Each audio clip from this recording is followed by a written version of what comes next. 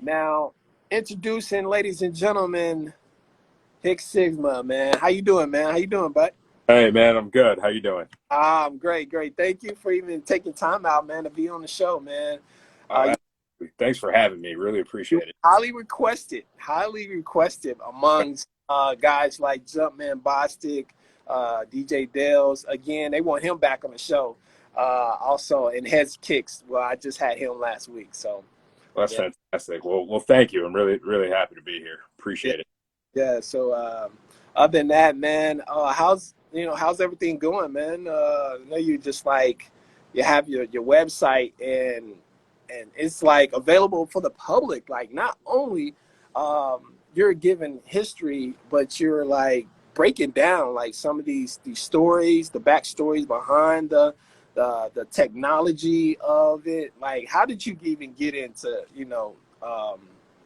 first of all, no, let's go back. What is the very sneaker that made you fall in love with just the nostalgic of collecting sneakers?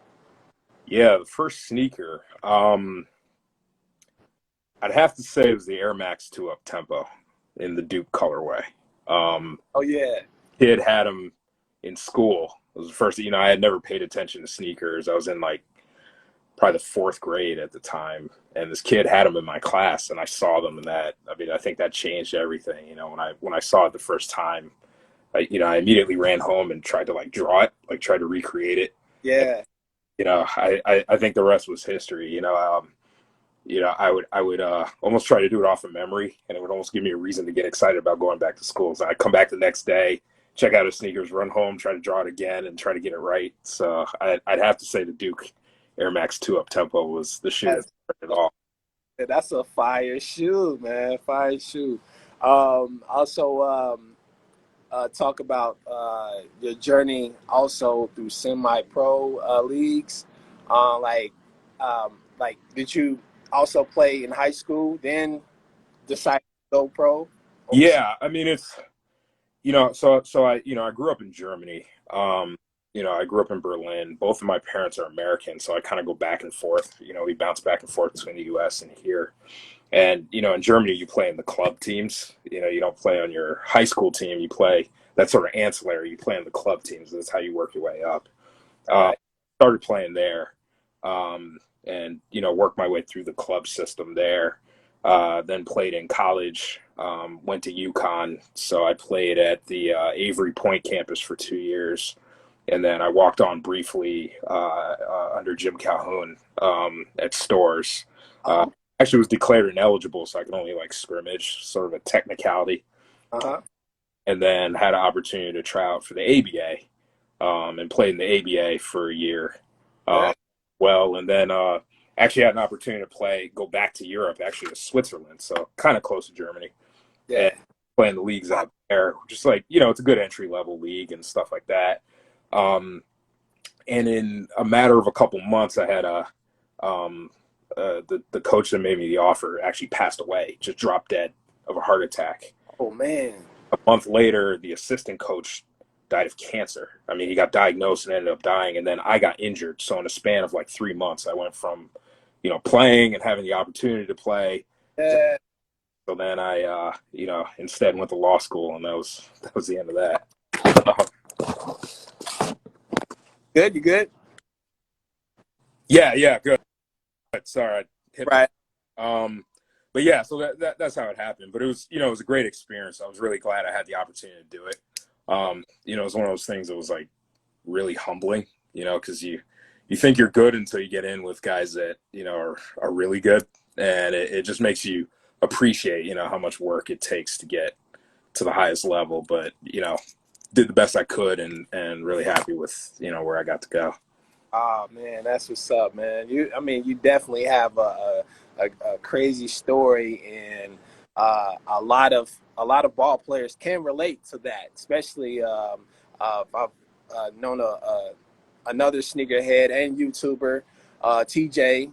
Talks with TJ. She also played ball as well. She went to college and ended up getting hurt. Yeah, so I definitely. I'm familiar with these stories, man, and I feel for you guys, but you also have education to fall back on. So, hey, It's important. Definitely not to put all your eggs in one basket, but I would also tell people go for it. I mean, at the end of the day, you want to be able to look yourself in the mirror and just say, look, I gave it everything I had and did the best I could with what I had. And if you can honestly say that, then I think you can pat yourself on the back. So definitely the education is important. By all means, never put all your eggs in one basket, but go for it, and do what you can with what you have. that's definitely a good thing, man. Now let's get back into now we did a little background story on you. Now let's get back into the sneakers, man. What was the very first sneaker that you bought with your own money? Okay. Yeah. Own money would have been, let's see, would have been the Space Jam 11s, the ones that released in December of 2000. So Nike Town, Berlin is where this was. And I remember I saved up. I was saving for months because I found out it had to have been in the early fall, like when school started, that I found out they were going to release overseas. So the backstory is, in Germany, at least at the time, we wouldn't get all the colorways that you guys get out here and that we would get in the U.S. If you released in 5 colors, we'd be lucky to get 2 of them. So when I found out that the Space Jams were releasing, I started saving my money, doing anything I could just to, scrape together enough money.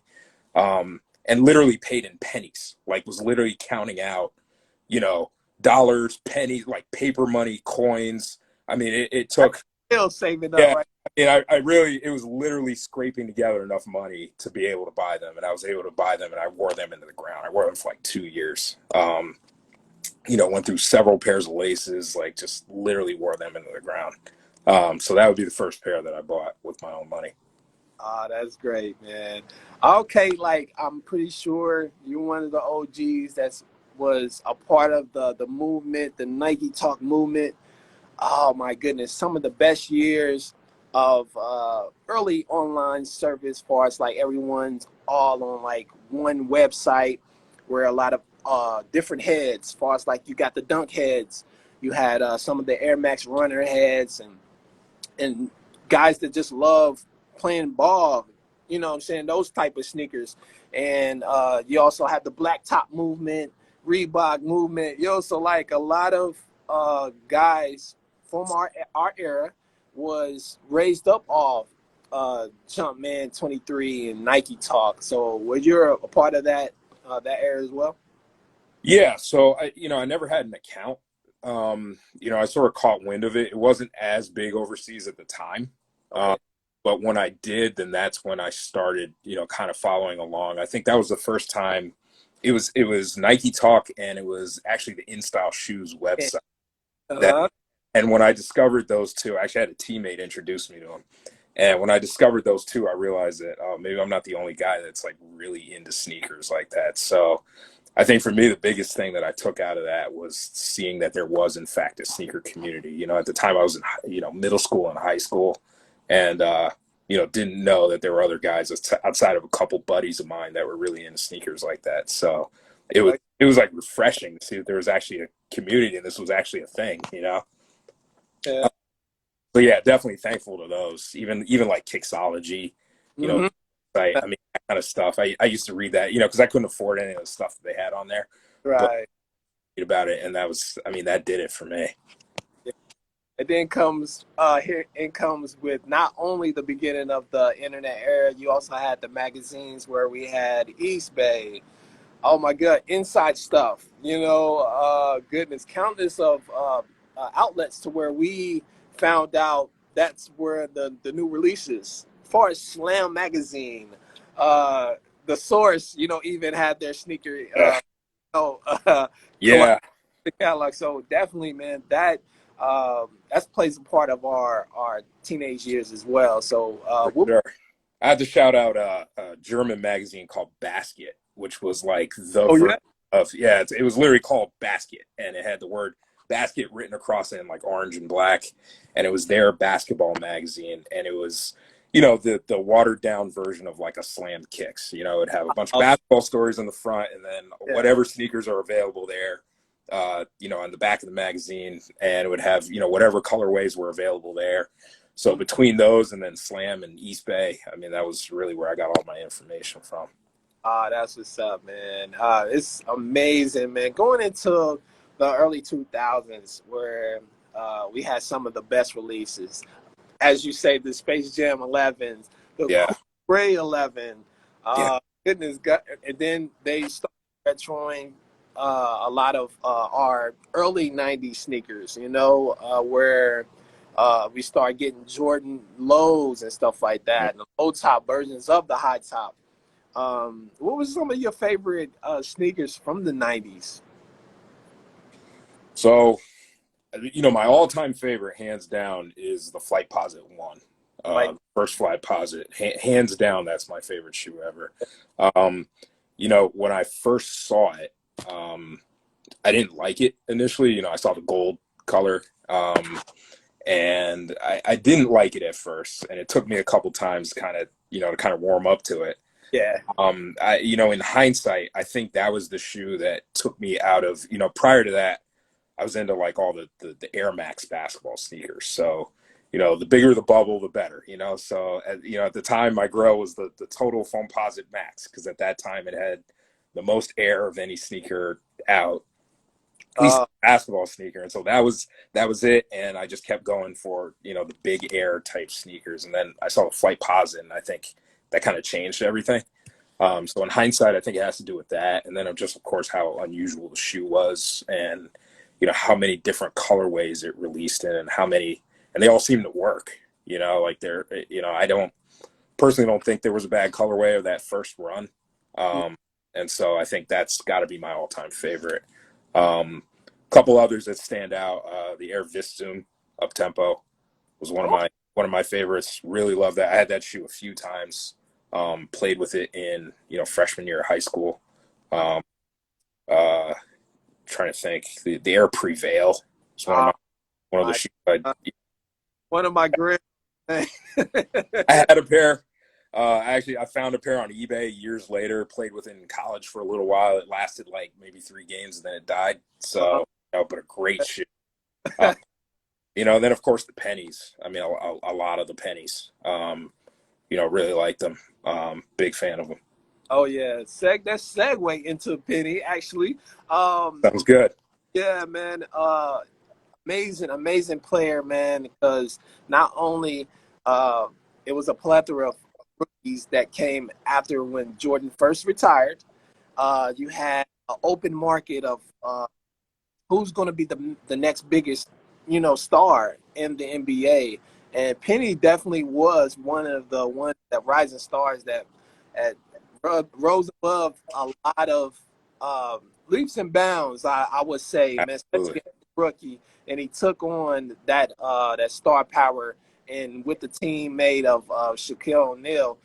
He's this 1-2 punch, man. Really did the thing during the '90s, man. So, I mean, as a kid, like how would you like imagine a sneaker for you, and also you have an alter ego named Little Penny, you know? What was your thoughts, man, of the Nike ads, the amazing Nike ads? I was a huge fan. I mean, to me, they were even more special because we didn't get them very often, you know. So a little of the backstory is, you know, Berlin was occupied by the military. You know, when I was a kid, the wall was up, and then the wall came down. Yeah. And the reason that matters is because the U.S. it was divided up into different sectors, and so where we lived was at that point mostly German, but it was technically still part of the American sector, and like kind of close to where the wall was at. Right. So what that meant is we would get AFN, which stood for American Forces Network, which meant we could get American TV on like one of our channels, but it was really specific stuff. So it shows certain shows. So I would mostly watch German TV, but then I could watch a couple U.S. shows that they would get in the U.S. for, you know, all the soldiers that were homesick and stuff like that. So it meant that I would catch, you know, I get like a part of something. So I get like, you know, one of the little penny commercials as opposed to, you know, 5 of them. So, I mean, for me, they were special just because, you know, as a kid, I thought they were funny. and of course you got to see the shoe, so I was always excited about the shoe. So I mean, for me, they really meant a lot just because they weren't very common. Like guys would take it for granted over here. We'd see it so much, and for me, it'd be like, if I see it once a month, I'm lucky. So it was exciting, and then combine that with watching him play. Mm-hmm.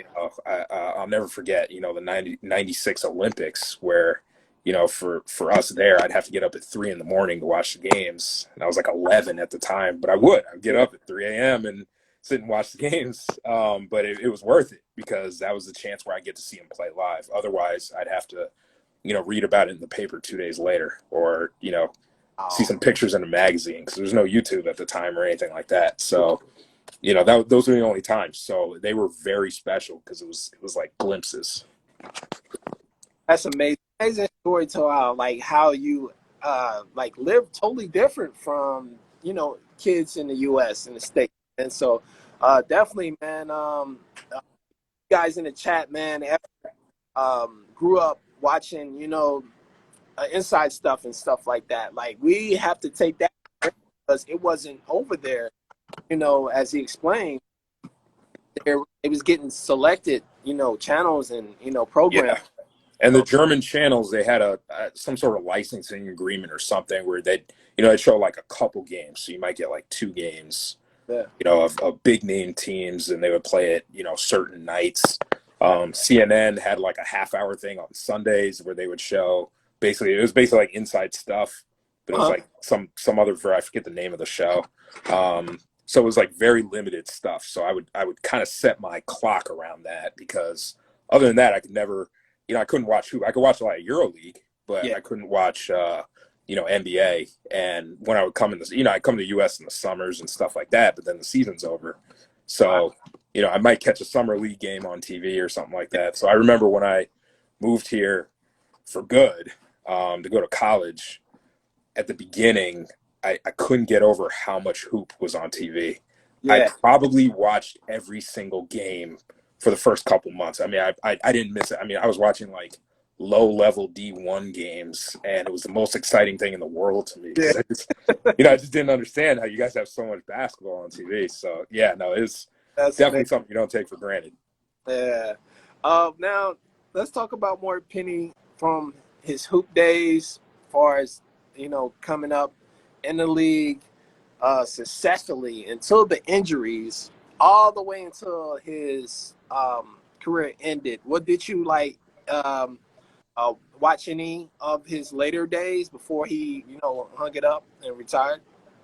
Yeah, I did. I'd catch a lot of the later on, I would go back on YouTube and watch a lot of like the Phoenix game, the Phoenix days and the games there. I know he was not what he was in Orlando, right? But I got to say, like, he was still pretty good. Like, I don't think enough people talk about, how good he was in Phoenix, and I think, unfortunately, I mean, or fortunately, he set the bar so high in Orlando. Yes. That, I think a lot of people perceive Phoenix as kind of a disappointment. But if you really look at it objectively and appreciate how hard it is just to be, a contender, just to make the NBA or be a contender in the NBA, I mean, you definitely have to appreciate what he did with the Suns, because he was still a player and still a force to be reckoned with. So, yeah, I was a big fan of his Phoenix days.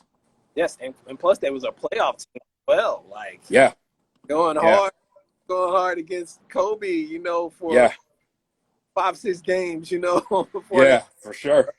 Yeah. And those games were more contested than I think people give it credit for. I mean, when you watch the games, like they were, you look at it and it was like, well, the Lakers beat them, 4-1 or something like that. So you dismiss it. It's like, well, yeah, but actually watch the game. Like, watch what happened. And it's like, no, it wasn't to be dismissed. Like, the backcourt 2000 they were pretty good.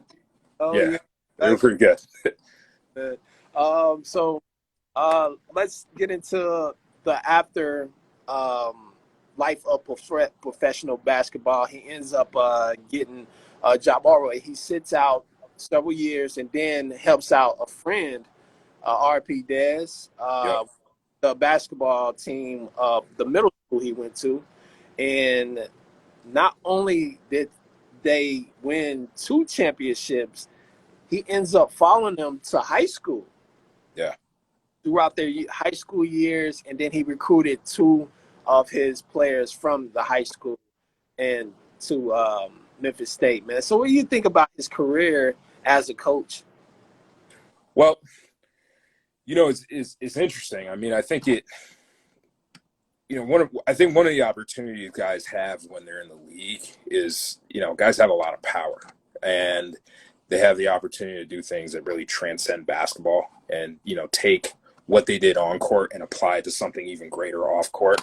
Right. And I mean, you know, he's got to be in the discussion when you talk about guys who have done something like that. I mean, you know, first of all, when you talk about a guy's character, I mean, a guy to, you know, to back up his buddy, you know, and really get into coaching as a promise to his friend, but then to do well and then also give back to the community that he grew up in, which is an underprivileged community, and really take guys who maybe wouldn't have had the opportunity and now are getting guidance from, you know, one of the greatest talents, you know, of his era.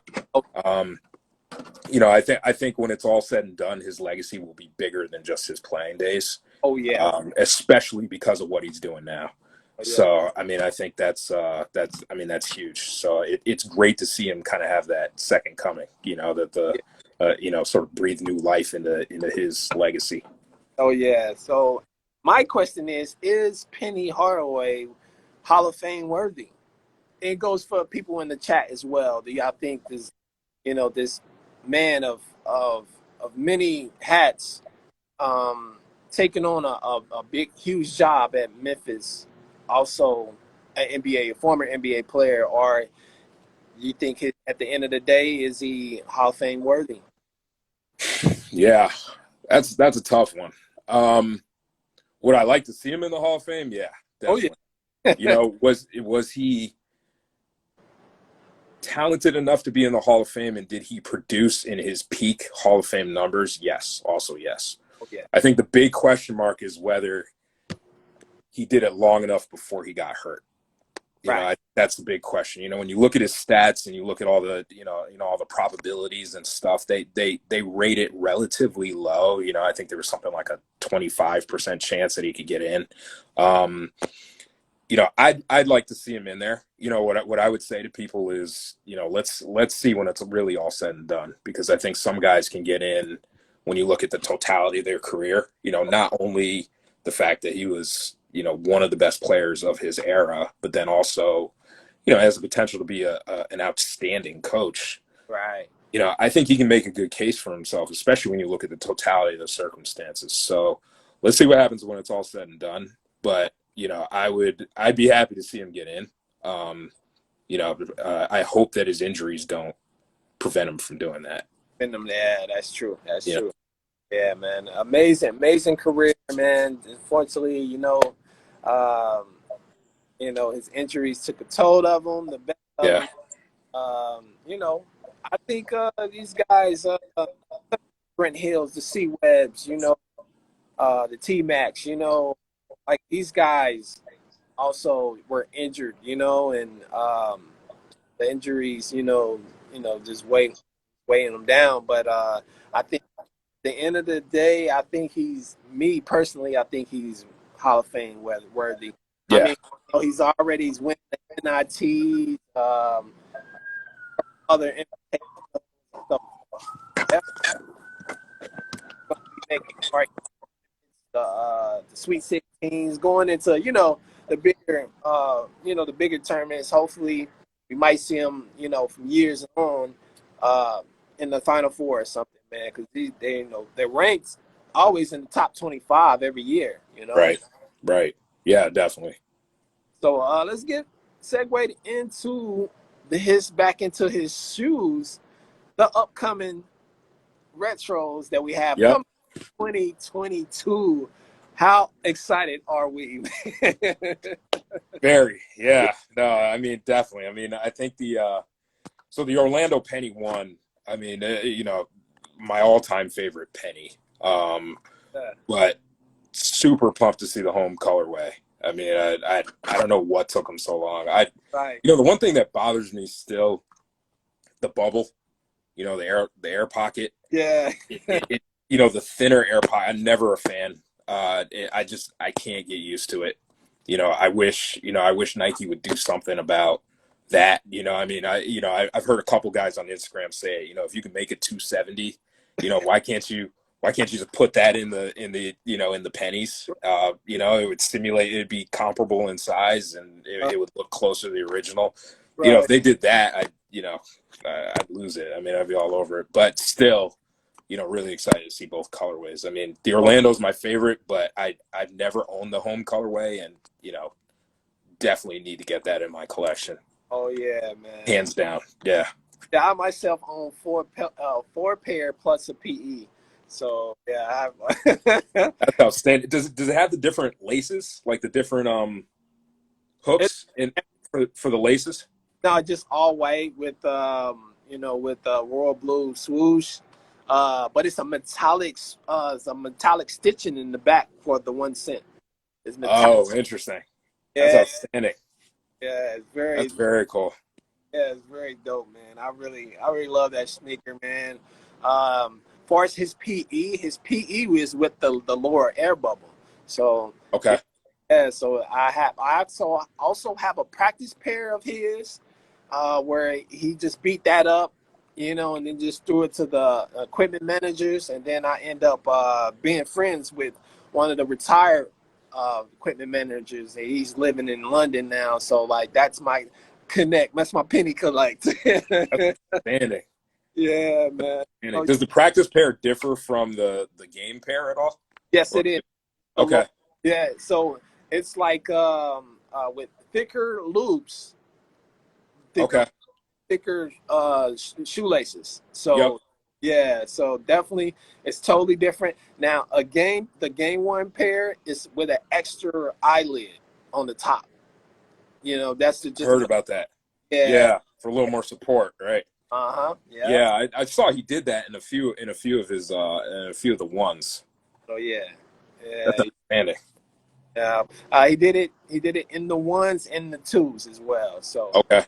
yeah, so he did the extra eyelid to where he can get some full support on the ankle. Yep.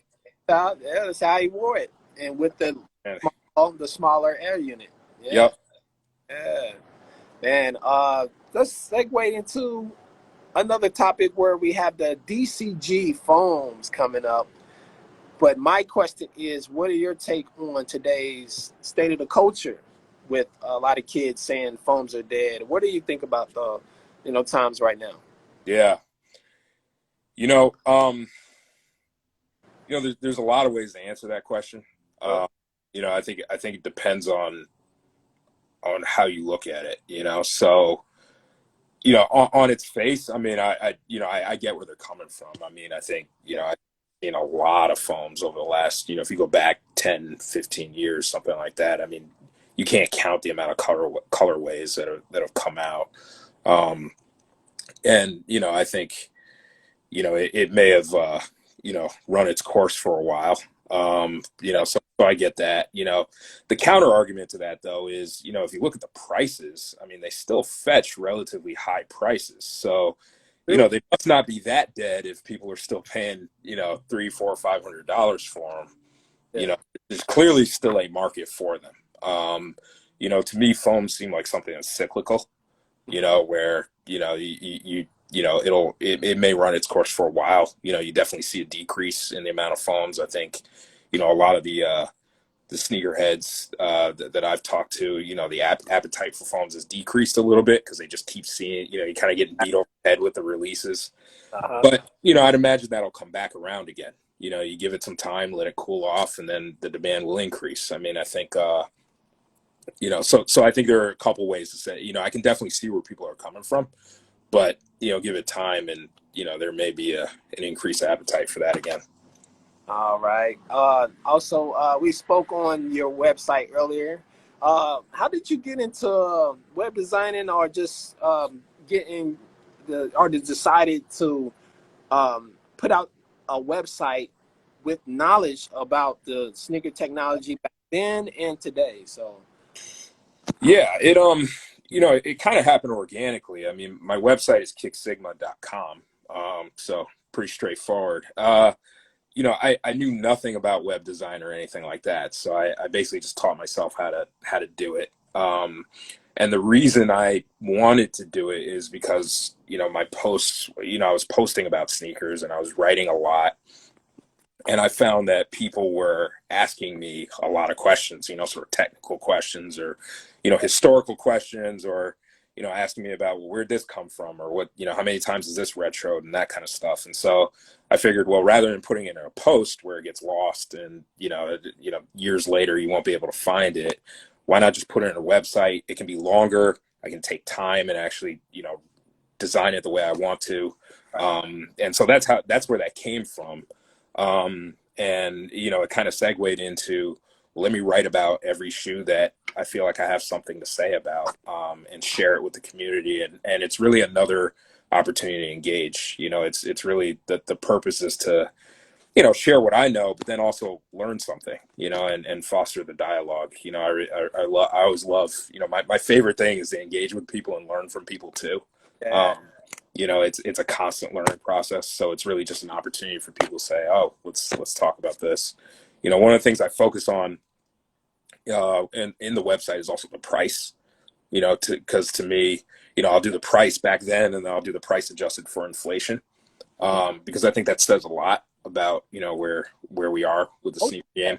Yeah. And, I think it also says a lot about, just the concept of value, and what this really is. Because if you ask yourself, well, what is it really to be a sneakerhead? Like what do we care about? Like, do we care about the rubber and the glue and the Phylon midsole that this thing is made of? Or is it something more that we care about that's symbolized by this shoe? And so, it really comes down to, well, what do we value? And so looking at the price and looking what it costs now, looking what it cost back then, I think is one way to determine that, and also gives you a sense of what you were paying for.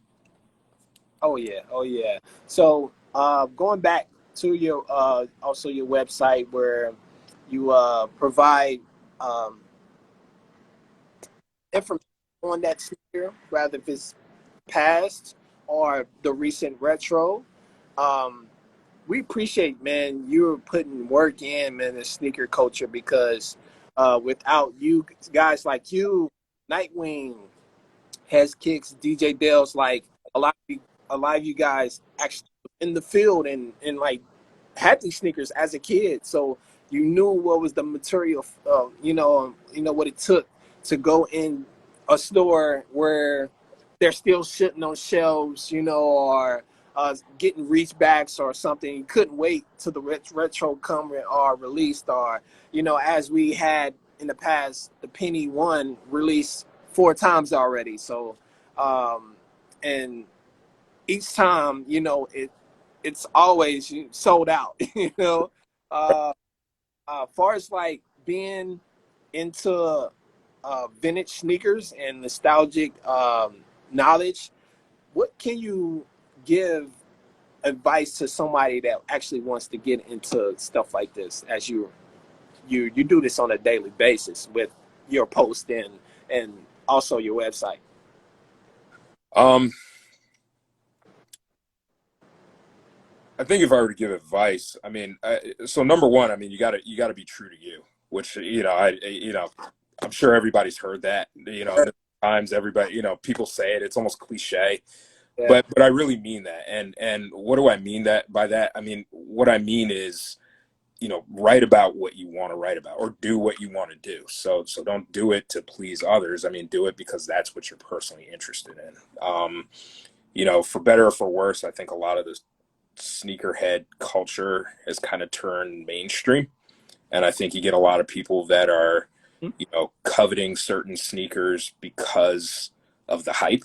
And so it's which is another way of saying they covet a pair of sneakers because other people covet that pair of sneakers, as opposed to they genuinely like that pair of sneakers. And again, if that's what you want to do, I mean, that's fine. I mean, it is what it is. It's not the way I choose to do it.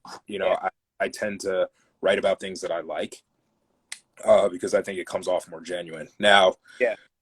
what the other thing that I think is, so with that framework in mind, then I think it's time to then listen. So once you're within the realm of things that you like, in my case, like I like vintage sneakers, 90s and 2000s and that kind of stuff.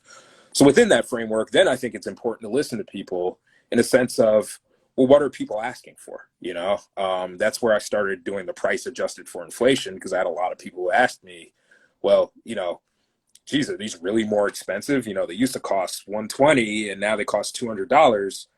And my point was, well, if you adjust it for inflation, it might actually not be more expensive, relative, the relative cost. So you may want to think about that. And so, it's also responding. So it's starting with the framework of, do what you like and be true to what it is that you really like. Right. And then within the process, then once you're picking the thing that you like, then I think it's, listening to people and interacting and being responsive to what they're asking you for. Definitely, man. Thank you, man, for giving your thoughts and man, your personal, just like, this is what you actually do. This is what you do on a daily basis. And some people don't know, like, this is, even though I'm a DJ, but this is my hobby, and I give back by doing this show. A lot of people say the Penny fans are looked over because of the Jordan, the Jordan and LeBron and Kobe fans. But no, we have a small community, and this show is for these guys, for you like the Penny line, you like the Foamposite line, and I give everyone the chance to come on the show and tell their story, or show their kicks, also do a episode where I let collectors just come in. I just do 2 hours and they just have it, they'll let them have the floor, so especially guys that, under 100 followers, and they just want to see, let everyone know this is what they do. This is what they love to collect. And this is the outlet, this is basically my platform to allow them to come on the show. And I thank you for even doing this, man. Again, for those that don't know Kick Sigma, definitely hop on his website. Also give him a follow. And yeah, man, I really, really, really appreciate you doing this episode, because we No, get. thank you, and I really mean it. I mean, thank you for having me. I think you're giving me and others a platform to talk about what we love, and thereby contributing to the community. And that's really what this is all about, is looking out for each other and giving people an opportunity to contribute. And that's so that's I can't. I mean, that's, you just really appreciate that. Oh yeah, man. So episode 33, man. This episode is brought to you by McCurry shopping app. You can also shop locally or overseas. So you can shop with some guy that's selling TV for $40 over there in London. you yeah, man. It's worldwide. It's kind of like OfferUp and eBay put together, and it's an amazing app. I'm a 5-star seller on there, so you can check my actually, you can check my link. I do have my shopping list to where I'm selling some pieces from my collection, my personal collection.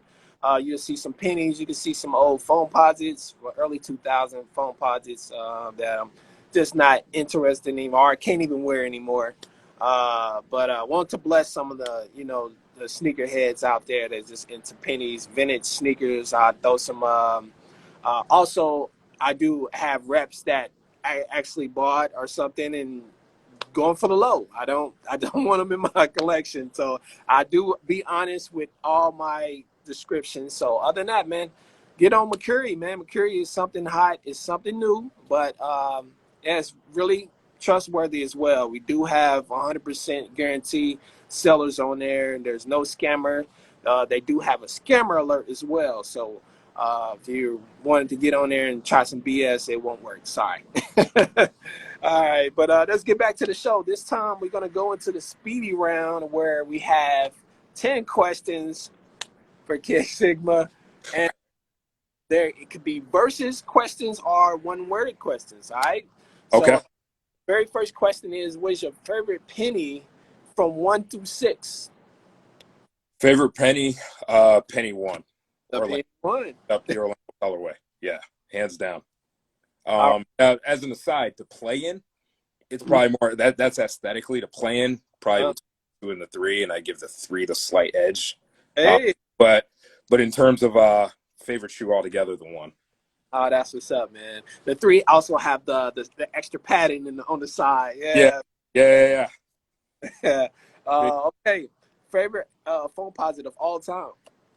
The royal blue foams, the original ones, traditionalists. So yeah, definitely those. Okay. Besides the Penny 3 hooping in, what is the best on court and off court sneaker you would like to wear? Best on court, probably the Kobe 5. That was probably my favorite sneaker to play in. Oh yeah. I was a big fan of the Kobe 5. I lean, definitely like low tops. I'm a point guard, so it definitely fits kind of like the way I play. So yeah, no, I definitely a Kobe 5. In terms of off court to wear, I guess then I'd have to go back to the Foamposite. I mean, I like playing in them too, but huge Foamposite 1. So that's probably my favorite shoe. All right. Given a chance to if Nike presents you the chance to design your own Dornbecker, what silhouette will that be? The Foamposite 1. The flight. Yeah. I mean, yeah, no, it'd definitely be the Foamposite 1. I mean, I think there's a lot you can do with that. Yeah. Color-wise, I mean, you have the upper, you have the outsole, and you have the shroud. And there's a ton you can do with that color-wise. So yeah, it would definitely be mine. That's what's up, man. Okay. All right. Now we do have a lot of players that had PEs and stuff like that throughout the years. Exclusive players like Mashburn will end up having the Fila, and then but it only stopped at 2, I think, only 2. But Damon Stoudemire, you had Ray Allen. Oh my God, Allen Houston, a lot of these guys, and everyone's favorite Mike Bibby. Who's the player that you think should have deserved his own sneaker line out the older guys that used to have crazy PEs? Just Yeah. one single guy, if you can just pick him out the hat. One single guy.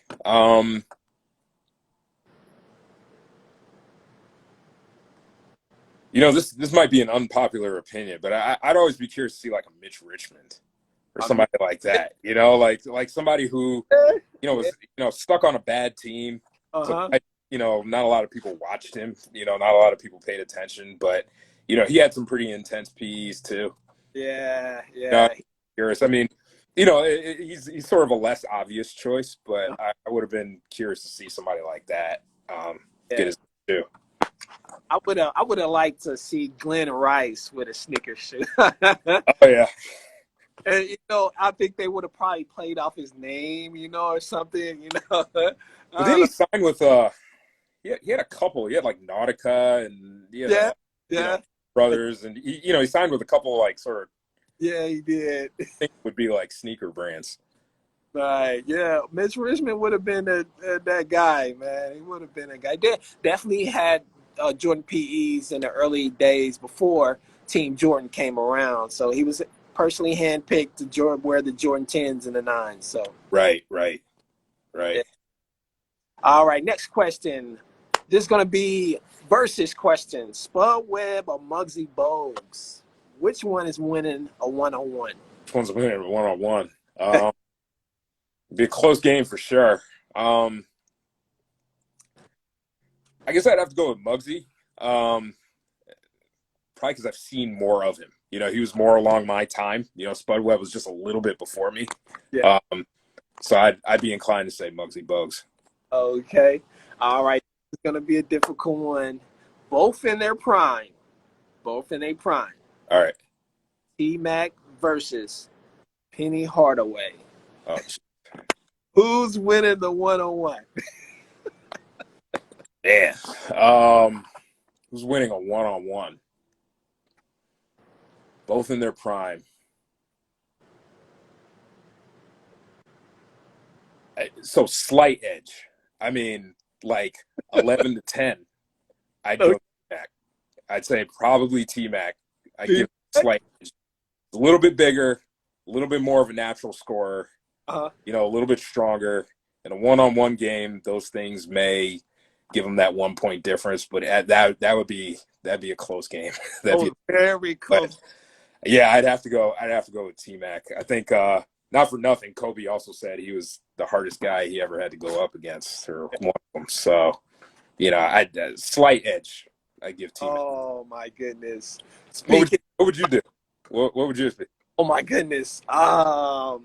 You know, I was kind of this answer, and I was so like just blown. It was because I really saw both. I wanted to compare before I asked this question. I wanted to see their footage and compare the two. Totally different styles, but the finesse game is there, kind of like the same. Um, but T-Mac plays both ends very, very well. Like Yeah, he will guard a forward, he will guard a center. He will again, he will. Of course, he's gonna guard the PG, but like he was guarding cats like Matumbo. Like it right. was crazy. Tim Duncan, like you'll see him guarding these big guys. So yeah, I would edge it. Yeah, Just probably like one. yeah, By yeah, one. yeah, yeah. This is an 11-10 victory for sure. Yeah. Yeah, Yeah. Just slight edge, man. But Penny, he just man, he was a phenomenal player, which played both ends on the court, but T Mac was such more aggressive, you yeah, know. yeah. It doesn't take anything away from Penny. I Oh mean, yeah, I don't think anybody questions Penny's abilities, but yeah, I think in that scenario you have to go slight T-Mac. yeah. All right, next question. Your favorite food from Germany? What is your favorite? Yeah, favorite food from Germany. So the best German food is actually the Turkish food. German food isn't all that good. Oh, I'd probably go. So my favorite food altogether is pizza, but I'd probably go the doner kebab, spelled D-O with like a umlaut, which is like the two dots over the O, and then okay. R, and then kebab. So if I, you're ever in the area, get a chance to try that. It's my understanding they actually have a couple sort of pop-ups here in the U.S. You know, I think in some of the bigger cities. But if you ever try a doner kebab, I think that's got to be hands down my favorite food over there. that's great. That's great. All right, let's get back into kicks. Now we're gonna reach in our vintage bag, pull out the OG Air Raid versus the OG Hirachi One. We talking the flight Hirachi, the Yeah, basketball one? Okay, OG Hirachi. Between the two, I like both, but OG Hirachi. came out the same, like sort of the same Yep, time. yep, Uh, both 92. about like 4, I think. Yeah, I would definitely go OG Hirachi between the two. I'm a big fan of both. Yeah. You know, they did a better job on the Raid retros than they did on the Hirachis, I Uh, thought. But if it was the OGs, I'd definitely go Hirachi. oh yeah. All right, we're doing teams. Okay, All these two right. teams were supposedly predicted to be in the 1997 finals, NBA finals. What if we would have had a Bulls versus Rockets team in the NBA finals in 1997, which Charles Barkley played for the Rockets at that year? Right, right. What do Um, you I'm think? going 97 Bulls, 97 Bulls? but Hakeem Olajuwon, the Bulls don't have an answer for that because Luke Longley is not matching up with Olajuwon at all. So I mean, they'd have to put, I don't know what they'd probably put Rodman on him or something, or Yeah, rotate, something like that. But yeah, no, I'd give the 97 Bulls the edge. man. I don't know. I think I'll have to give it to the Rockets. Okay. Would you call Right. it? What would you call the series? Like, I will say the Rockets in 6. Okay. Hey, I was thinking Bulls in 6. well, 6. Um, Tell me what's your rationale for the Rockets? Okay, they still have Mario Ellie. Mm. Still have Kenny Smith. Yep. Oh my goodness! And with the addition of Charles Barkley down in the paint, these guys are hard to stop. Who's the three on that team? The, Who's starting at the three at that year? So was Ellie the two, and Smith was the one? Smith was the one. Clyde Drexler. Oh yeah, Clyde yeah, yeah, there. yeah. Aging Clyde Drexler, but still Clyde Drexler for sure. Yeah, yeah, yeah. Forgot about him. Yeah, about Yeah, that. no, that's a tough matchup because they Yeah. match up. Yeah. Yeah, that's a tough matchup. Oh yeah, man. That's great. And then at that time, the Rockets had the #1 bench in the league. So like, Right. whoo, man. Oh Yeah. my, that series would have probably went to Game 7, if Yeah. not Game 7. Yeah. That would have been a tough series. Oh yeah, definitely, man. So unfortunately, we had to install Yeah. in the John Bulls. Stockton had a thing or two to say about that. Yeah. Yeah. All right, last question of the evening. What is your ultimate Grail sneaker that you always wanted in your collection? Ultimate Grail.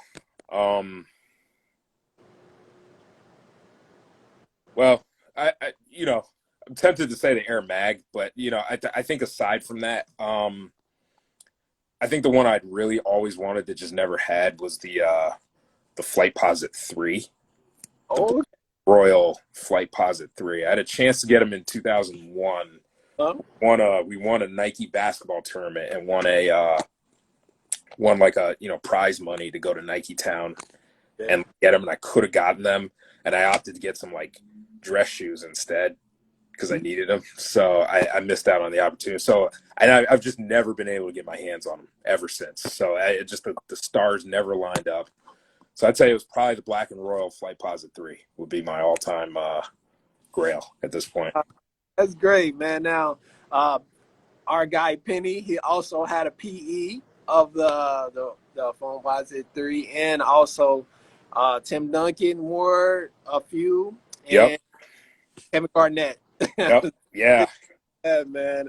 Now you do have Ray Allen. He played in the pair. Allen Houston played in the pair, and I think I want to say someone. Jason Kidd. Yeah, yeah. Yeah. They were they were all good. Yeah, Penny's P's were great. I mean, you had a lot of them. Yeah, Jason Kidd, Allen Houston, Garnett. Yeah, there were quite a few guys. And there are collectors out there that actually own these pairs. Like some of these guys are good friends of NBA teams and are just have a really good connect for us, like collectibles and memorabilia. And some of them go to these auctions and place their bids. So Yeah. not only online bids as well. So salute to the collectors out there, man. Amazing pictures we have that social media allow us to, communicate just like this. Yeah. And thank them for sharing, because right. that lets us all enjoy. I did write an article on my site. I had a pair of of Allen Houston's Air Vistum PEs. Oh, so I had a pair of those in his size 13.5. It was signed by him, had his number 20. They were white and royal and had the orange accents.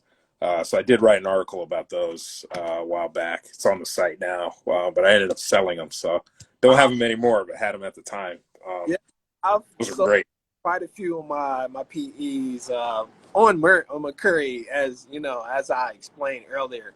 But I just like to make room for other things, far as getting the podcast going, and then also my DJ career. So a lot of these sneakers are just in the storage. So I would like to bless some of the OG collectors and vintage collectors. If you would like to purchase some, I do have my link in my bio. So that's what I do, man. And I'm just into just the talks, man, and then just let everyone know that, collecting is still, alive and well, especially for OGs like us, that just love the, For sure. PEs and, vintage sneakers, and then can't wait to everything is just retro. But no, we have to wait. Um, but I would love to see more, just like the Penny one in the Orlando in the home colorway retro.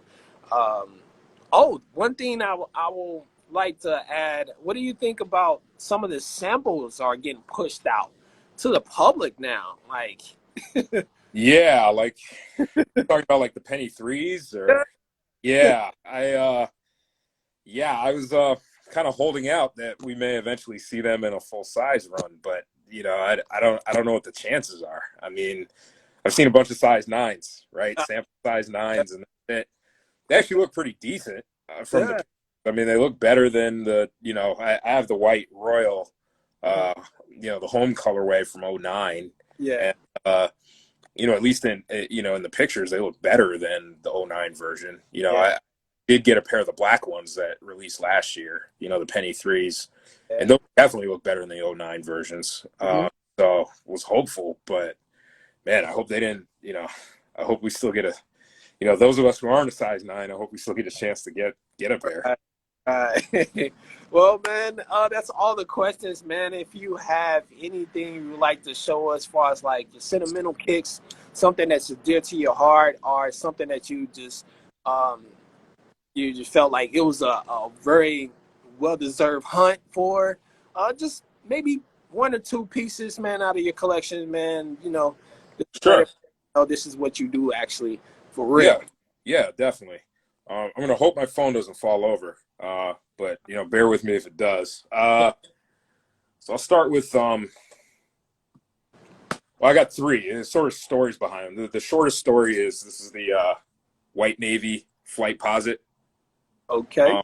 So dead stock, got a pair of these. This is one of my most recent pickups from 1999. Story behind these is when I did my first visit in high school to UConn in the summer, where I ended up going to college. All the players were wearing them. I did a little tour and walked into Gamble Pavilion, which is the gym where they play. And there were a Oh, couple guys walking out as I was walking in, and I was like 15 years old or something like that. And I saw a bunch of guys wearing them, and that was the first time I ever saw that colorway of the Flightposite. And so I always wanted to get my hands on a dead stock pair, and finally did. So that's the story behind these. Um, wow.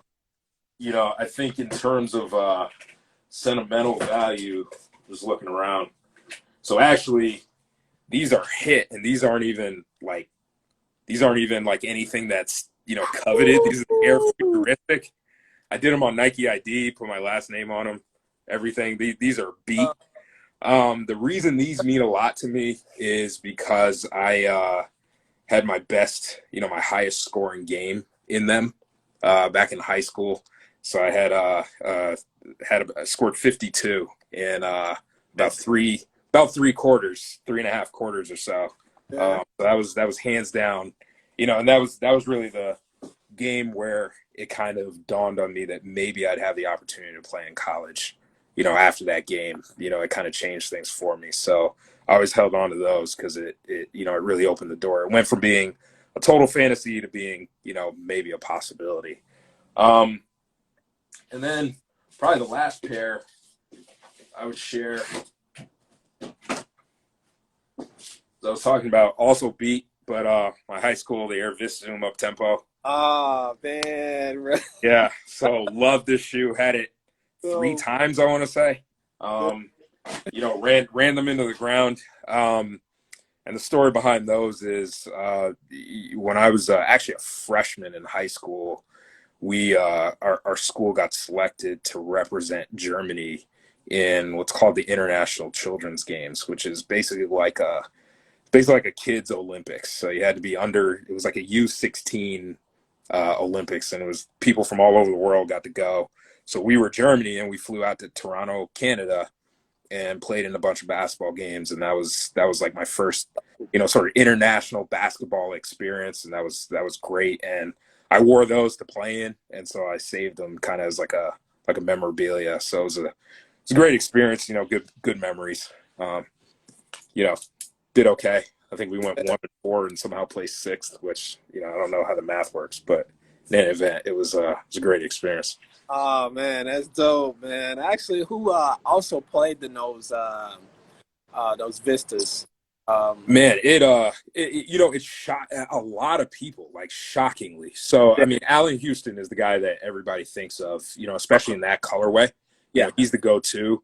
You know, on his team, I mean, you had Patrick Ewing, who had a high top PE. You had Marcus Camby wore him for a few games. yep. You know, Alonzo Mourning had a high top PE. Kevin Yeah, Garnett had him. Sharif Abdul-Rahim, Keith Van Horn. I mean, it just Tim Duncan. You know, I mean, there were so many people, and you know, every now and then, you know, I've even seen pictures of like Dirk Nowitzki wearing them for a few games. So yeah, a a lot lot of of guys had them. They were kind of all over the place. You know, at UConn, Khalid El Amin wore them for the '99 championship. So yeah, no, they were basically a team shoe back then, and they yeah. were great to play in. You know, I you know, if we ever got a retro with those, that'd be a pair I would be front and center for sure. That's what's up, man. Episode 33, man. Again, Kick Sigma, thank you, man. I really appreciate it, man. I had fun picking your brain, man, asking you questions, man. Hope you guys in the chat, man, enjoyed the episode. This definitely will be up on my IGTV plus my YouTube channel as well, man. So again, thank you, man, for Man, hanging. thank you for having me. Really appreciate it. It was a great time. Yeah, man. So everyone follow him, give him a follow. Also, check out his website. Very dope website. Well put together. You have Thank you. you have stories. You have the history of that sneaker, particularly his sneaker. That's if you hit the search box and man, you just have a lot of fun searching on this website. So definitely, everyone, thank you for even Thank you. being here, man. That's the end, man. I wanted to, Appreciate ask it. questions, man, but that's all I have today. Um, thank you, man, again, man. Next week, man, we're here again. I can't give you the details, but I want to know that it's going to be amazing guests next week, guys. So definitely check it out. Episode 33, man. Again, everyone, take care of yourself and take care of each other. Peace. We're out. Take care, everybody. All Thank right. you.